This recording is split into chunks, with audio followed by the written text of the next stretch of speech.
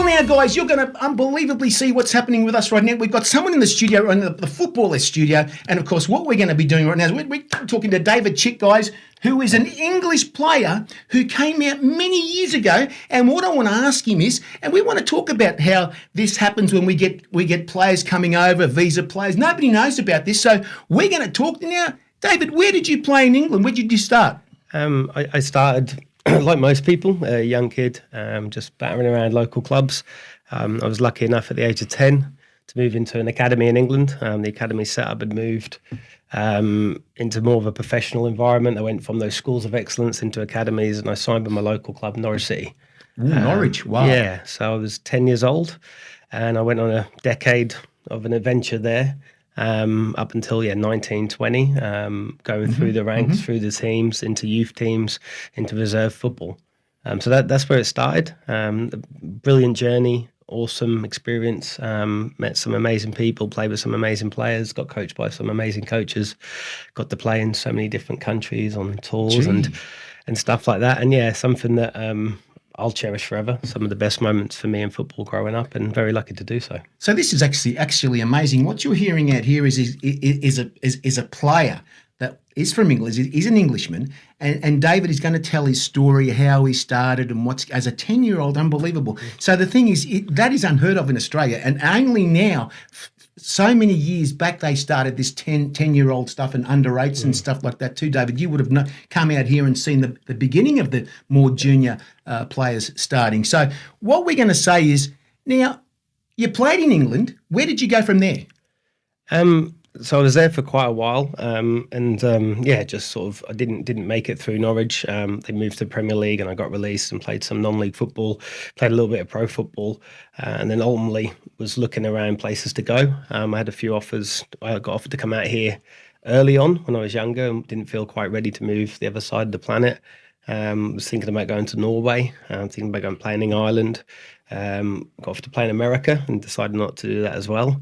And then, the opportunity later down the track, got offered to come back out here and play in a semi-professional environment. Unfortunately, I'd just come back from a knee injury, and that kind of coincides with actually missing a big chunk of the season there and not wanting to miss any more football. And as you know, here, obviously, NPL runs different to the Northern Hemisphere. So that opened up an opportunity to come and play in Australia again. So this is we've had so many players in the past who came out in 1977. And some of the stories that Englishmen came out here. We had guys from West Bromwich Albion, from Ipswich come here. We're talking guys here who were actually, they've come out here to see the last frontier of the game, they call the last frontier of the game, Australia in 1977. So you missed that part of that history. But the thing is, we are part of that history behind us. It's right there. So there you go. Some of the Phillips League teams and some of the stories I've heard, David, are unbelievable. And you one day, I'll tell you the stories they've said to us. They're all, and everyone listening here, you can get them on YouTube. All those stories on YouTube, they're all on there. So your story is very valuable because you've come into a different period of the game to Australia, a more developed game at this time. So how do you feel about the development right now, what you're seeing? It's changed a lot since I came. So I came in 2012. It wasn't the NPL then. It was Victorian Premier League. So I came over here, spoke with an agent, spoke with a club, and decided to move over here for the year or so. It was an opportunity to see a different country and play. And the game's just sort of taken on in terms of the qualifications for coaches, the structure. Obviously, the NPL came in and put in a lot of rules and stipulations that clubs had to abide by and standards across the game. So you've probably seen those evolve over the last 10 years. I think you've seen the game change. I can't say it was better or worse than before because I missed all of that. But I've definitely seen a massive change in the quality of the coaches, the quality of the clubs. The growth, I think, is one of the main factors. I joined Hume, and back then they didn't even have the stadium they have now. So when you walk into that facility now, it's phenomenal. That was built by the club during that period. We were actually playing at a different location while that was being built. you've seen Oakley's go up last year, and I think there's a few plans for others to go up. So yeah, you're definitely seeing. There were no visa rules. That's another That's thing. another That was a choice. big thing. I think I joined a team the second year, and there was at least 7 of us that maybe came from overseas. Gee, That's 7. not allowed now. Ooh, gee. For good or bad. There's pros and cons to that, I think. But yeah, there's massive changes, and there's constant changes. Every year seems like there's different rules, and yeah, it's all in aid of making the game better for the local people. Just talk about the visa part of it. When you at 7 guys, that's unheard. That's like an international team. Yeah, I think. I don't think that was too uncommon in the VPL. Maybe it was. I mean, you probably know better than me because I just caught the end of it. But yeah, there was definitely, obviously without the restrictions then, there was definitely more opportunity for players coming over. So I had a friend that played here before me that told me all about it. That's part of the reason I had the connections to be able to come. So yeah, look, it's definitely something they've put in to try and help develop young players, right? To build pathways for these players and to make clubs want to invest in that junior football and give these kids a chance to come through and not be blocked by people here maybe temporarily and people that can't progress into the A-League or into the national scene. So it makes sense, I guess, to protect the local game. So who approached you? Were you approached to come out to Australia? Were you actually approached yourself, or was there some enticement to get you out here? Yeah, so I think I mentioned I'd played a little bit of pro. I'd gone into coaching some semi-pro football. Unfortunately, I had an injury that kept me out a long time. I had a friend that was playing here. Short period, he played sort of Summer Stars. He moved over to New Zealand. He just put me in touch. I think I called him one day and said, "Look, obviously I missed a chunk here. What's it like over there?" And he said to me, "It's different." That was his words. There's some amazing bits, some bits you'll find strange, some bits you'll enjoy, but ultimately it's a great place to live. So I got in touch with an agent. It was a little late, but he said, "Look, I can speak to a few clubs. I think there's something out here for you." And then had some early morning and late night calls because of the time difference. And yeah, managed to get a deal done within a few weeks or an agreement. So yeah, I decided I'd pack up and come and see what this side of the world had to offer and play over here. Okay. Yeah. Okay. So this is something really funny because when the players came out, the comparisons compared to theirs, some of the boys that came here in '77, and a lot of English guys, they came out here, and this is great because to compare your time with their time is amazing because they came out here to training, they were looked after. They actually, one of the boys, Kenny Wilson, who's on our show as well as Scotsman, he said he had to live, I think, 8 months in a hotel. 8 months in a hotel in Sydney playing for Sydney Olympic, and they were treated like stars. If you were in that period, unbelievable. For 8 months in nearly a 5-star hotel, mate, they treated them like gods. Yeah. Now, how are we being treated now? You tell me, what's it like? No, look, I was treated quite well. Look, my air flight out here and bits and pieces of the club helped to move me here to look after me. Like when you come this far, you don't know anybody. You don't know the area. You don't know the landscape. You only know what you've seen on TV, which is not always accurate. But yeah, look, no, I must admit the team I came out here with, they were brilliant. They sort of helped get me to settle. They helped us find somewhere to stay. They did put us in a hotel for a small period of time till they found us somewhere suitable. So yeah, I've known the process. I thought coming into sort of a semi-pro environment was as good as it could be. They're always trying to help off field with giving you some stability and security. And I think, look, as a coach now, I've brought players over too. So the idea is you want them to be happy. You want them to have somewhere where they're not struggling, somewhere to live, something to do during the days, and ultimately so they can play their best football. And if they're struggling in some area, they don't have a job or they don't have somewhere good to stay or they're looking around, then that doesn't necessarily help them on the park. So I think most clubs are really trying to help with that. It's a huge commitment for them. You're taking on someone's life and trying to make sure they're happy. So it's not easy. It's a big commitment for the clubs and the player. So it's something you want to get right.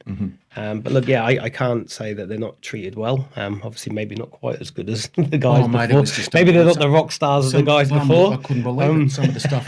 But they don't do too bad. I don't think there's too many out there struggling. If I was to go back in history, and I was a young boy, 16-year-old boy, 1977, 78, watching a player that came out here, The name Alan Evans does not give you any kind of memory of a guy back then who was Fortunately not. the highest paid player in Australia. He came out here in 1977. I think it was between 77 and 17. He played for South Melbourne. He played for Liverpool. We're talking, and the Pretty big. history Yeah. Liverpool. And he was the highest paid player in the Phillips League at the time. Yeah. So some of the stuff that you're telling me compared to the stuff you're saying now is imagine if the game only started when the A League started. Yeah. That would be very different too. Very different. So because of course the Phillips League then going to the NSL after that, it's really the same league, but they changed the sponsorship. So the difference between them now, it boomed. The game boomed in Australia, and the 74 Socceroos, you would know about some of the 74 Socceroos.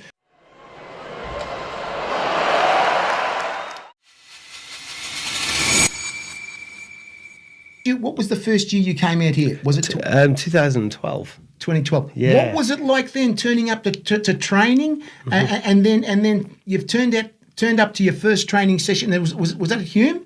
Yeah. What was it like? And Well, you it had was- no change rooms, nothing. Well, it was hot. That's the first thing I noticed because he came from winter. And I think the first game I played him was like 34 degrees. I was like, Jeez. I'm going to struggle here. I couldn't move, and I didn't. Was the water coming I quick? didn't. No, I didn't play very well. My feet were blistering, and I was struggling to get around. But no, look, the club had some obviously works going on, which massive, and obviously the club's in a great position now because of those works. You know, that had to happen. But we were at the back, and train on bits.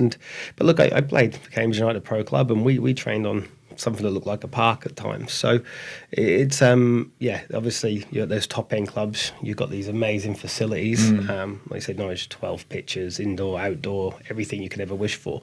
But that's not the whole pyramid in England. Yes, yes. So when you come out here, but the one thing I noticed was everyone was trying to progress the game. Everyone was trying to move it forward and working very, very hard. So look, that's all you can really ask for. But yeah, it's very different. Just obviously move into the times you train, the type of training, getting used to the heat. Yes. The fact that you're playing not very many games. That was the first thing I kind of noticed, that the league was so small. And then sort of cup comes along. There's this big thing about playing 2 games a week. And I think, well, generally you play 2 games a week quite a lot. Just for league games. Overseas, Yeah, you of kind of course. have to. So the biggest thing I noticed was, I remember thinking, well, what am I going to do in the off season? Well, That's a long funny- time. Like, funny- what do you do? How do you keep fit? How long? Why is pre-season so long? So they were the most things that probably I noticed different. Yeah. If I'm honest. the funny thing, you saying that, and then you see Kazuki Honda, Bessart, Barisha, those guys are saying, I'm not getting enough game time here.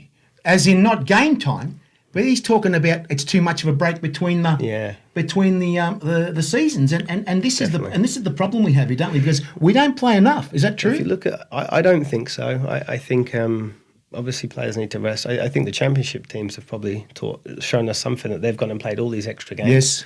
and they look fine. Because obviously, yes, you have a smaller break, so the fitness levels don't drop as much, so you don't need as big a pre-season. I think we'd all rather see more competitive games. We'd rather see players playing more. I think the players would like to play more. If you gave the players the option to extend the season and reduce pre-season, I do not think you'd find one player that said, I don't want to do that. So, yeah, and I think it's possible to maybe make those extra games. I know we've got cup and finals, which is brilliant, but not everyone gets to participate in those. So, yeah, that's something. And for juniors, I think it's a big thing. So more games probably would open up more opportunities for these younger players as well. It's true. That would be something we're trying to sort of force these young guys in. Naturally, with more games, with resting people, rotations, more suspensions, they would feature more anyway. So that could be a natural way to get people in, to give them more games, to get what they want. Obviously I think there was a thing when I first came here, they mentioned, do clubs have the grounds that long? Because there was a cricket thing I heard. Tell me about it. Tell me about Right? it. You've got That was no something idea. that blew my mind as well. But I don't think that's necessarily the case anymore with a lot of the clubs, the top levels anyway, or when I say top levels in the state. I think they do have access to grounds longer, so They maybe do. that's not an obstacle that it was when I first came here.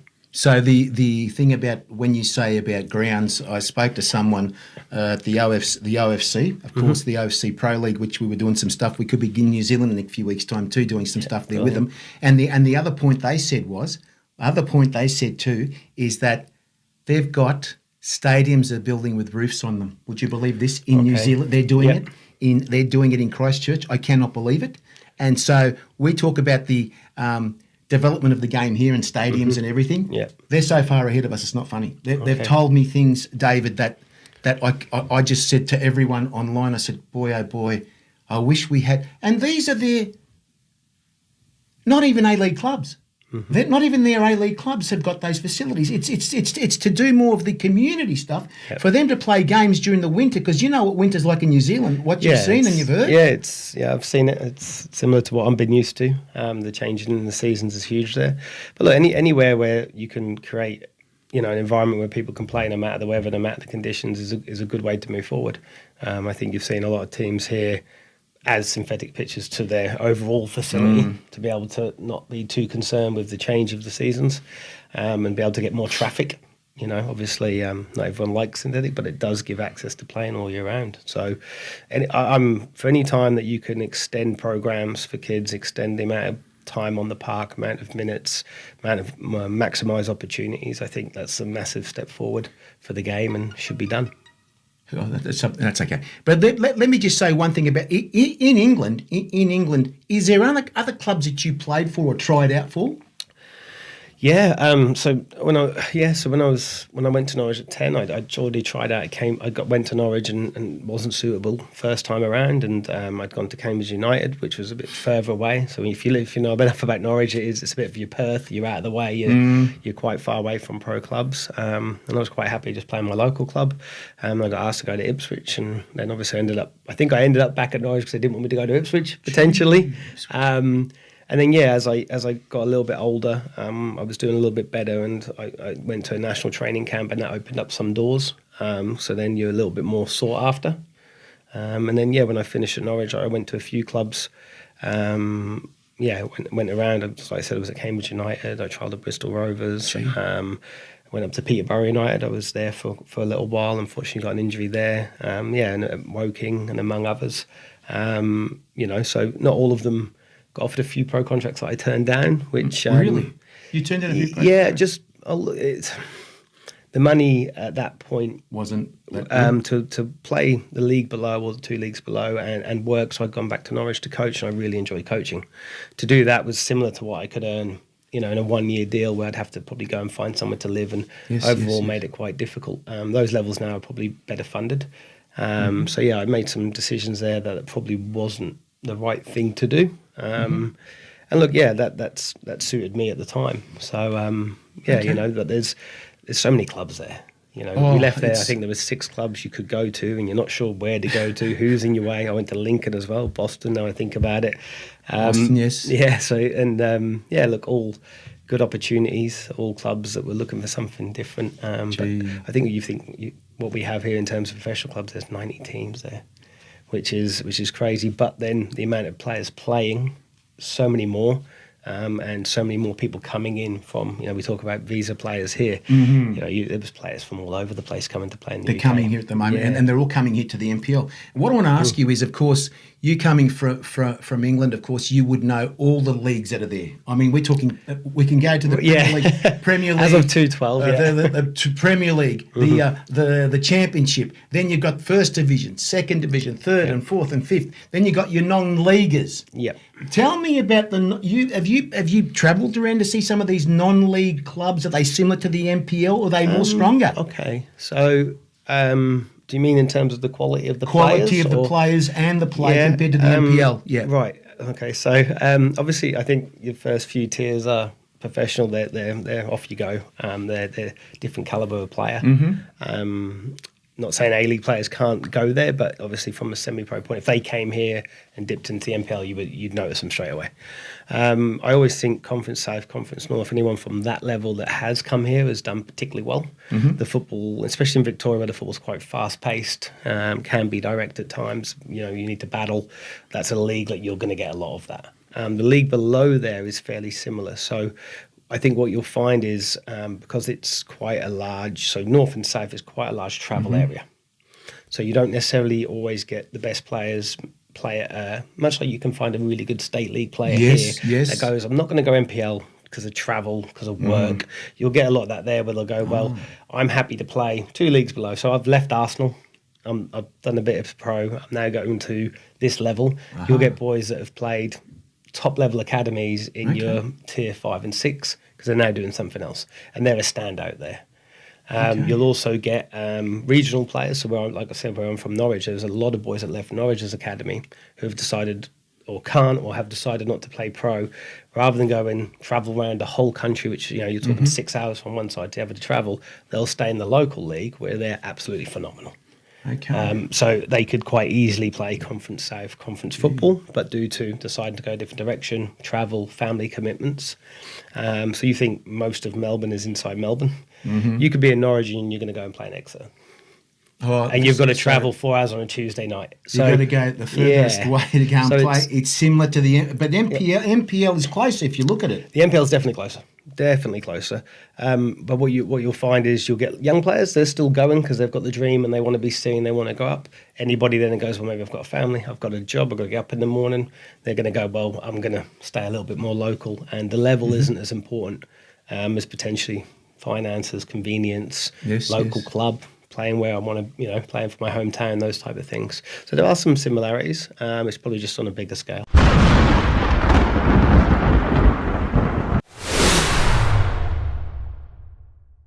So anyone that comes from a non-league competition could play in NPL Victoria? Would they be that sort of standard as well? I think there's examples in the league. You look at Joe Guest. He was at Crew's Ashton, Conference South. Yes, he came through Crew, which was a great academy. Okay. But he'd played some non-league football there, and he's come over and won gold medals. So I think he's probably a great example of players. And that's the majority, I think, of the English players that I know that have come over here. They've sort of played that top level semi-pro, and they've managed to do quite well at NPL level.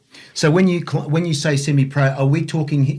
Many years ago, and everyone, if you were watching the big match at that time, you weren't. I don't know. You know what the big match was with Brian Moore. Brian Moore was actually doing the big match, and it was all first division, second division, third division. That's all. That was the top divisions at that. There was no Premier League. Okay.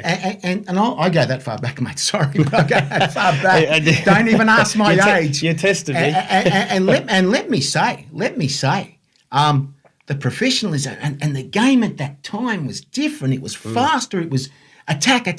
Now you see the way they're playing now with these more European players coming to the Premier League and I say to myself, what's the difference between the Premier League and the Championship? I mean, what's the difference? Yeah. I mean, you can know straight away that some of these players from the Championship can step up to the Premier League as well. How close are they now together? So I watched it. I didn't participate in it, but I was there when Norwich were getting promoted. They got to the playoff final, and obviously we were training with players. Peter Crouch was in. Oh team, my God, example. We know who Peter Crouch is. So if you want a few names that obviously went on that everyone in the So you would have trained with these guys too? Yeah, I was a kid. I was 16, 17 training with the first team. How would you feel walking on the pitch with these guys? They're these names. It's at 16, you're a little bit oblivious to everything. I think you're just concentrating on yourself and trying not to mess up the training session, I think. But yeah, there were so you look at someone like him that was there, and then obviously he's gone on to do amazing things. There were definitely guys in that group. Darren Huckabee was another guy that was phenomenal. I know these names. My God, I know these names. They were all guys that were, like I said, I was making up the numbers as a mannequin, but they were all guys that have gone on to do really great things in football. But you could tell the guys that were probably a little bit more special, and they were always going to end up back in it. Rob Green was the keeper. He was phenomenal. Remember, like, you step up and you watch him train, just like, wow, this guy's amazing. He played for England also. So yeah, like I said, I was a young player, just happy to be involved with the training session, try not to mess up in the rondo, working my hardest just to survive in there. But these guys were they were streaks ahead of other guys in the team, or how I saw it, and you just knew they were Premier League players. So I think there's definitely Premier League quality. in the Championship for sure. But the Premier League is a world league. They get to choose from anywhere around the world. I think the youth teams now have got players in from all around the world. So, it's not easy to get there. You go and watch I'll go back and watch some Championship football. It's great to watch. It's an excellent league. Yeah, really good. So the when we go back to we talk about the non-league, the money compared to NPL money for players. How do you? What's it would have changed by now over there for sure. Yeah, I'm not sure. Obviously, it's been a while since I've been back. I do know the exchange rate's changed, so that we know that. So that makes the euro, of course. Yeah, so with the exchange rate, it's not as enticing for a player to come out now as it was before. When I was there, sort of batting around in the conference, it very much depended on what team you were at, where you played, what sort of level. But there was very good money. There was players at non-league earning more than professionals for sure in some places. Others there weren't. And I would say the growth I've seen here, I think, is huge to see what's happened in a small period of time in terms of what you think people are being reimbursed for their time for. Mm-hmm. I doubt it's grown in that same pace in the UK with the economy and how things are. So yeah, I'm not entirely sure. All I know is I think there is a good living to be earned as a part-time player for the hours that you do to what you could possibly get if you've got the right quality and the right attitude. It's definitely something that I believe they get more there than they probably would in their day jobs. And let me say, you've been in the system in the how long have you been in the NPL system now? On and off the whole time, I guess. I did some NPL juniors, 23s, and some first team stuff. Had a dip into the VPL with Pascal, then came back in. Had a small back in with Bentley, and then came back in with Hume, and ever since. So the majority of the time, I've been involved in some way, shape, or form in the NPL. So yeah, most of the journey. And let me say, you coming from, of course, we keep saying it. You're from England, of course, and looking at the grounds. I still try and get over this year where I've been to a ground. I'm not going to mention the club, and you know these places definitely. Yep. But the problem is when you go and watch, you've watched games as a kid from England. You've been to the games as a young kid, and of course you've gone to stadiums. You're looking at stadiums. You can sit down. You can watch. Some of these clubs in this NPL here, not only are we talking about, and I said this a few weeks ago on my show, this needs to be pushed to the limit here. It needs to be pushed to clubs who have been here for 70, 50 years, 60 years, still don't have a seating facility for the people to turn up. And then they say, David, well, we can't get people to the game. Hang on for a sec. And I researched this. Tell me why, you tell me, I've got to talk to some of these clubs officials and say, why are you saying this to me? I can take you outside and I can show you things. I mean, really, David? They've been around for 50 to 60 years, some of these clubs. I congratulate the clubs who've got stadiums. I congratulate Oakley. I congratulate South Melbourne with their the stadium they've got there. Congratulate them. And, of course, I congratulate Oakley. Well, amazing little venue now they've got there with the stand and everything. Yep. This is the point I tried to make. You want to get more people at your games. Have a look at the standard of your grounds. Look at the room you've got there with no development. And I'll tell you right now, in Sydney, you have to have a ground with stadium. You've got to have a stadium facility where people can sit down in Sydney, by the way. And let me tell you, one guy told me, and I'll mention this, one of our boys here, Carlos Bielli, he's one of our people on the show, of course, one of our broadcasters, said to me, if they haven't got no seating, they've got to put plastic seating outside on the hill for people to sit down on. Okay. Now, honestly, David, you've seen these grounds. Please tell me. And then they talk about people want to come to the games. Yeah. There's no comfortable area in some of these places, mate. I think we're, obviously in the UK, we're blessed. Exactly. It's the main sport. There's grounds that have been around for tens of years, decades upon decades. And 100 years, 200. Yeah, and it's hard not to even. I mean, I played at sort of Kings Lynn, which is a non-league team, and the ground there is phenomenal. It could hold thousands upon thousands of people. It's hard to go to a place. I don't think I played at a place that didn't have a ground, at least on both sides, with a clubhouse and changing rooms and bits that suited. Albeit some obviously built some time ago. But definitely covered areas, and the weather in the UK, you're not going to go if it's not covered. And yeah, they've put in seating over the years to make it happen. I think everybody involved in football, clubs, people, players would love to play in grounds, like I said, like South Maven, like what Oakley have now. I've heard, you've seen other things pop up around the place, and it's something. The infrastructure is something that could really take the game forward. Nothing nicer than going and sitting in and having something to eat and sitting in a nice covered stand and watching a great game. So I think, look, like you said, I think the standards everywhere have risen. They're probably the hardest thing to do quickly, and obviously the money isn't. It's not peanuts. They've got to find the finances, the money, the funding, grants or whatever it might be somehow. And I think most clubs are actively trying. I don't know how easy it is. Like I said, I've been on the football departments, not the club development parts as much. Yes. So you hear things, and you hear clubs are really trying to. But I think, like you said, you've got to get everyone involved in this. You need fans to be involved, federations, everyone to try and push this. And I'm sure they are. But I think we'd just love to see it happen. We'd love quicker. the standard of grounds. Yeah. Get up to the standard. We need to get people there and sit down and watch the games in comfort. Yeah. And the lighting's got to be improved. You've seen lighting, and let me tell you, when I was at the OFC games, whether you saw the games, did you see the difference in the lighting? I've seen it. Yeah, just the last couple of games, and people, stands, the lighting, everything. It's an amazing standard. And something obviously probably I'm sure we're aspiring to. I'm sure everyone wants. I don't think there's someone sitting there and go, I don't want that, we've just got to work out a way to get there really, really quickly. Well, as I said, they're spending money. What did I hear? If I was to tell you how much they're spending $100 million in the FIFA is spending $100 million in Oceania. Wow. Maybe Australia should go back to Oceania with all this money playing there. it. Well, we were in it. We were in that, David. We were in that many years ago. We left because of the standard, but now they're picking up the standard, and South Melbourne's in that competition. There's one team there, but we'll see what happens next season. And let me say, did you see any of those games online? Did you see them? I wouldn't surprise me if that competition really grows now. I think it's been a good spectacle. People have watched. The views are huge all over Asia.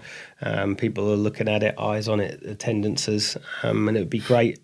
Nothing wrong with another competition in and around to try and clubs to try and aspire to be a part of.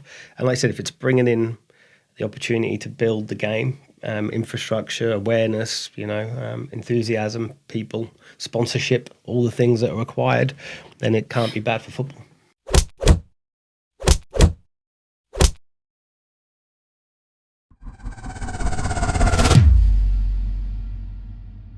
So now let's. I want to take you somewhere very different now, David.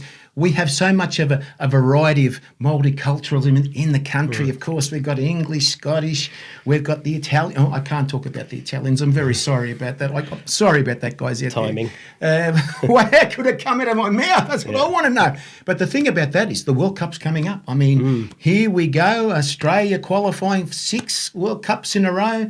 When we were in Oceania, we had to play intercontinental playoffs, just like some of these clubs. Of course, Iraq making it. Oh my God! Did you see today, and everybody today? I thought to myself, Graham Arnold is flown into Sydney. They had thousands of Iraqis there with their flags up on him, grabbing him. They were grabbing.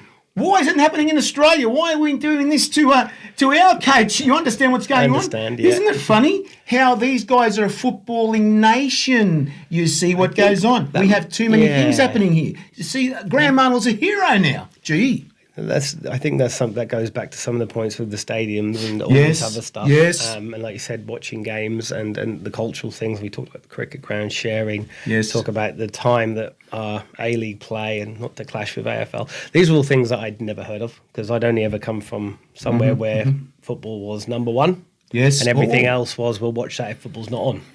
Where here, obviously, that is slightly different. There's so many sports in this country. Kids, I noticed it when we coach kids mostly because we're doing soccer. What we'll be doing next? I'll do basketball. Hang on. What did you say? I did say it because that. I tell you right now, one of my guys, he always pulls me up. He's gonna fine me $5 every. I'll pay the $5.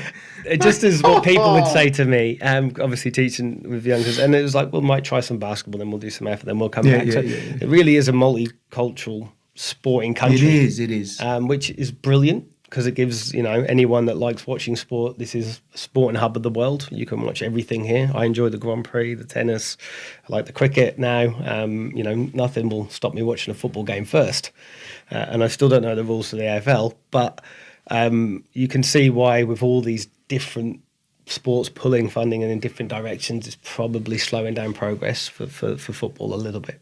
No other country that I know of has any other competition, so it all just flies there because that's what people want to see.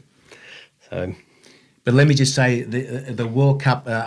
We always come together for the World Cup, David. We come together every time. All these teams, and they get the area in the city there. Of course, we're talking about Federation Square. They're coming, but why don't we get them at the A-League? They're not turning up to the A-League. It's ridiculous, isn't it? I think, and we're in a World Cup year. I think we know. Look, I get up at 3 a.m. when England play. There you go. There you go. Because it's where I was born. It's my nation. Whether Tuchel's going to put a good team or not, I'll be there. So I think obviously everyone there has a reason or a heritage, or it's suddenly I feel connected to that game. I'm Australian, but I feel connected to my heritage. I'm Italian, whatever. And like the one thing I noticed when I first come here is all these clubs have a heritage. I'd never seen that before. So that was something I was not aware of coming here. So suddenly I've turned up and I'm at people are talking Turkish or they're talking Macedonian. And I'm like, wow, I've never seen this. We have city rivalries, but that's it. Here we have national rivalries where people came and founded these clubs and built these brilliant places for people to spend time together and culturally stick together and grow and have a family club. That's unbelievable.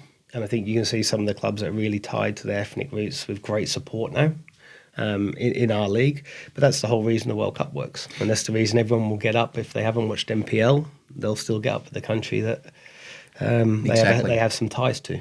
And so let me say, behind me, some of these shirts that they were the beginning of the Phillips League as we spoke. Yep. And over here, the orange one, Brisbane Lions. Don't look at Brisbane Lions AFL. This was the original Brisbane Lions, and they paid them some money for the name. Oh, okay.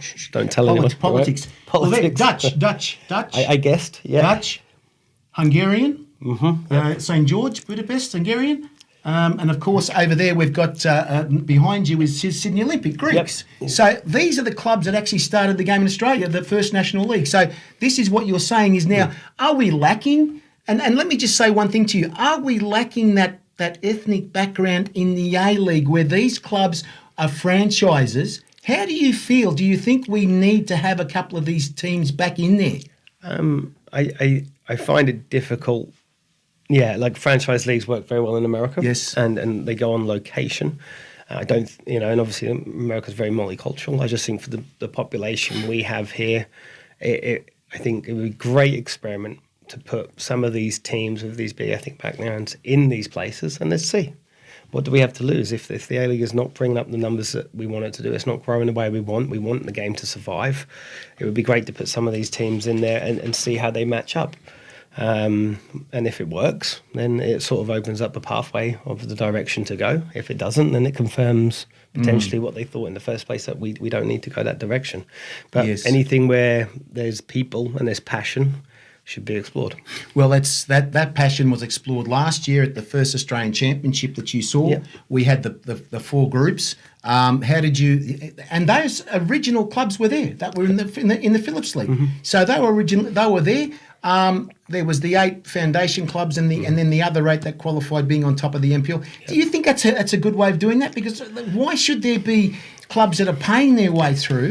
And to me, it should be a complete qualification. Well, I guess the question is, would you have the competition without those clubs? So if the answer is no, then I'm all for them because they've paved a pathway to do that. Would I like to see a competition where it was done purely on football merit? Of course, that potentially will end that way. But if you don't have those original founding clubs, do we get the competition? So if that's the case, we don't get it. Well, I enjoyed it. You enjoyed it completely? Yeah, I enjoyed it. I thought it was nice to watch competitive football through that period as opposed to watch nothing. Everyone's always, the FFA Cup for me was interesting because I want to see how the Melbourne team do against Sydney and what is the best in Brisbane and how is the Tassie team going to do. And we all have that kind of, we play that little fantasy football ahead, the MPL math, who would beat who, and we got to see it. We did. So I thought that was again, it's a nice competition, and you could see it put bums on seats. Hopefully it built some game awareness. Hopefully the clubs benefited from it. Hopefully the players benefited from more games. And getting more exposure. I think there's a few players going to the A-League off the back of it. Oh, quite a few of them actually. That in itself is amazing because that's opened some doors. So for me, like you said, would I like to see a pure winners go into it? Of course. I think we would all like that, but we've got to start somewhere. It's about 10 players who are finally seen on TV. Mm-hmm. SBS showing it on TV. The timing's good as well. That was playing timing at the right time, and that was the time too. And they can be seen and they can jump into there. So I've often thought there's players in the MPL that could handle themselves in the A-League. I'm not saying they'll be world beaters or superstars, but I'd like to see, that stepping stone into the A-League to give more of a chance is and that again, give it. As a local, if you're a fan of a team and you see young boys from your club go in there, well, now I might just go and watch them a little bit too because I want to see how the guy that plays so well for us is doing. And it might give a little bit more community feel to those clubs too. Let me tell you, some of those boys are playing for Central Coast Mariners. Yeah, they are. Some of the Olympic boys, and what was it? One of the Arabic background boys playing at Olympic. Unbelievable, mate. Yeah. He's unbelievable. He just scored that massive goal a few days ago for. I couldn't believe it. So it can happen, and that's a nice thing. And so, yeah, I think that's a competition that now. How it fits in with the MPL, how it fits in with the Oceania League and all that type of stuff, I think can be worked on. How we qualify for it, who qualifies for it can be worked on. All those things there to make the transition smoother and make every club feel part of all of it would be great. And I think most fans would like that. But we're starting, we're heading. Yeah. There's things happening now that weren't happening 3 or 4 years ago.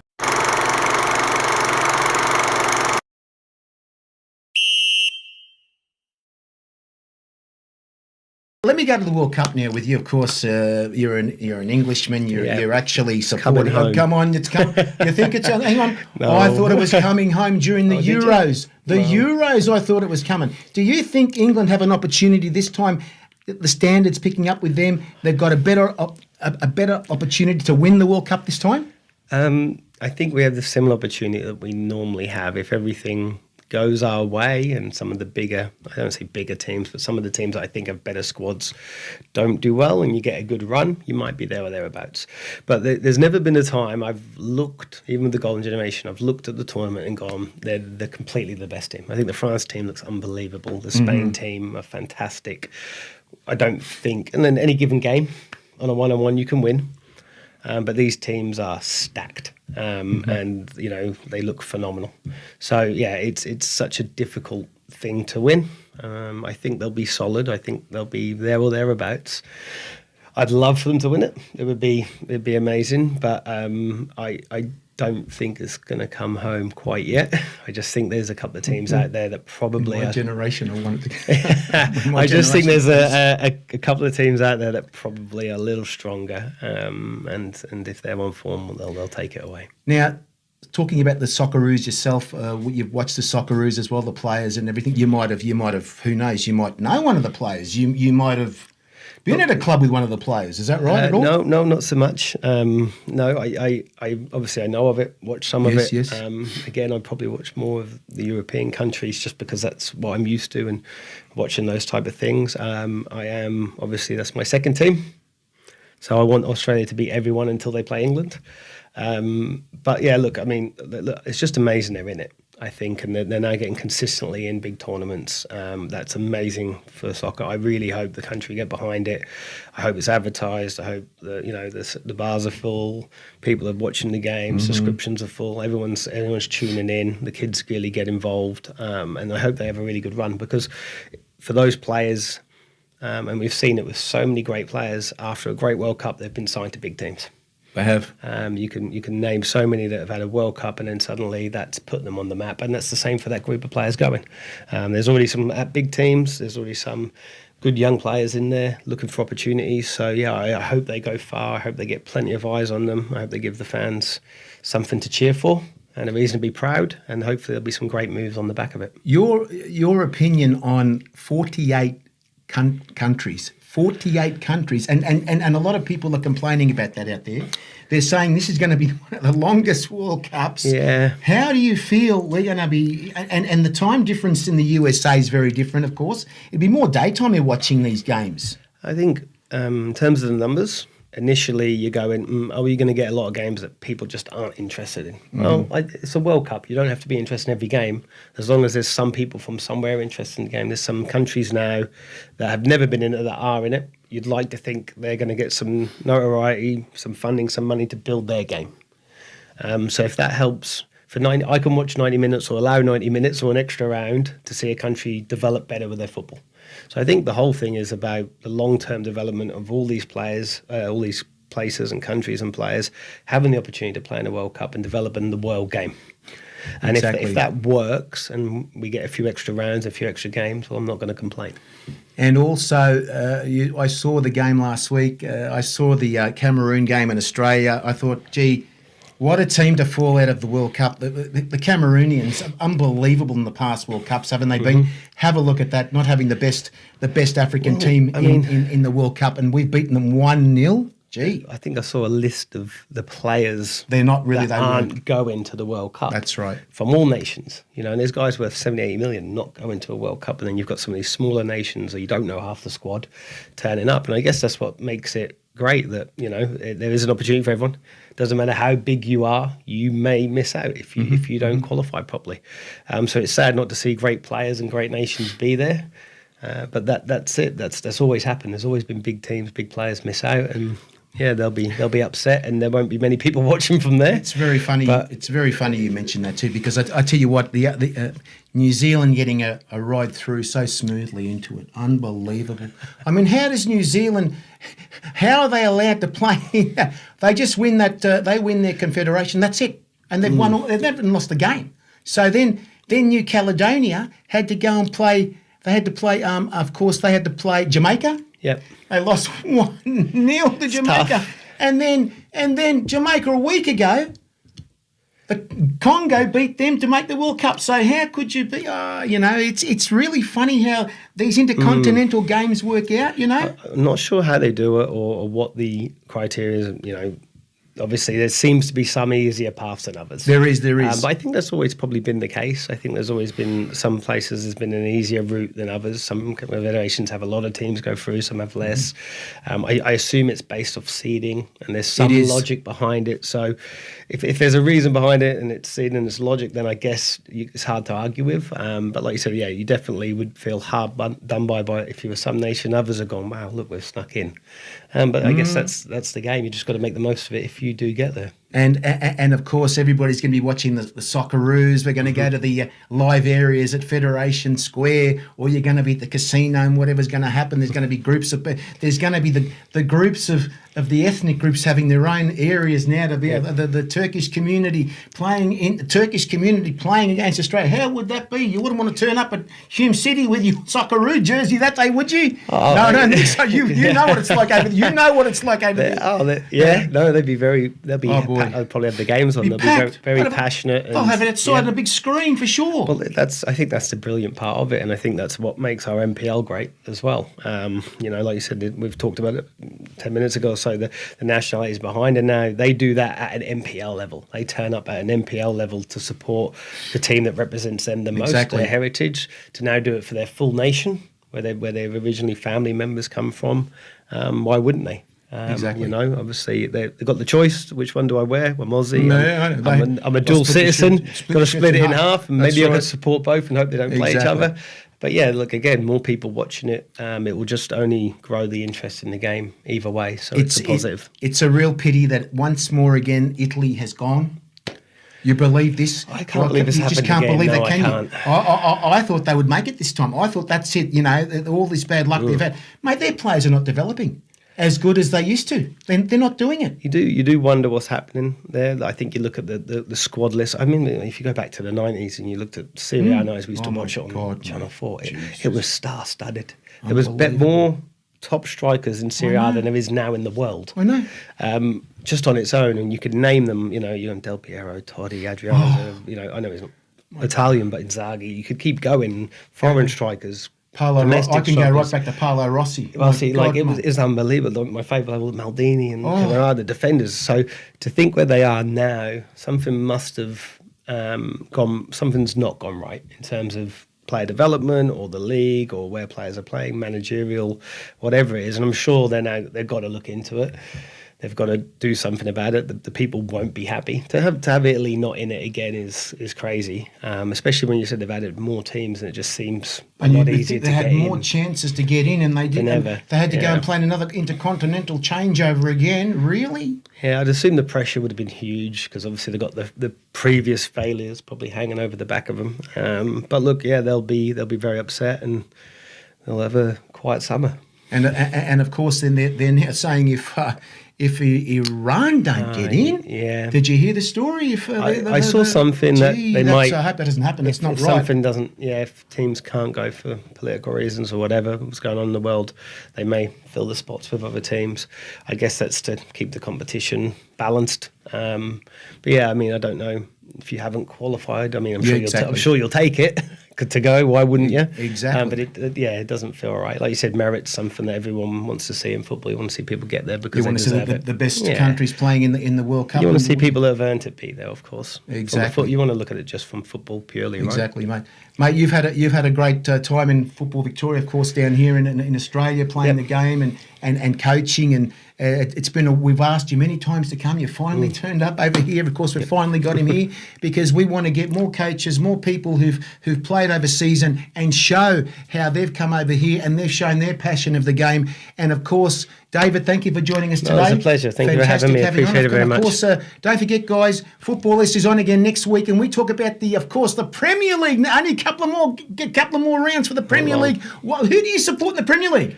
Oh, well, I am, like I said, I'm a Norwich fan because that's where I'm from, but gee. they're not in the Premier League, and my dad was a Liverpool fan. So you're going to Liverpool? I am without, I didn't have a choice. So you inherit what you're told to do as a kid. Okay. Well, thanks, guys, for watching us today. What a great show it's been. And we'll talk to you next Monday at 7 p.m. live. It's going to be live next week online on Facebook. Thanks, guys. Talk to you soon.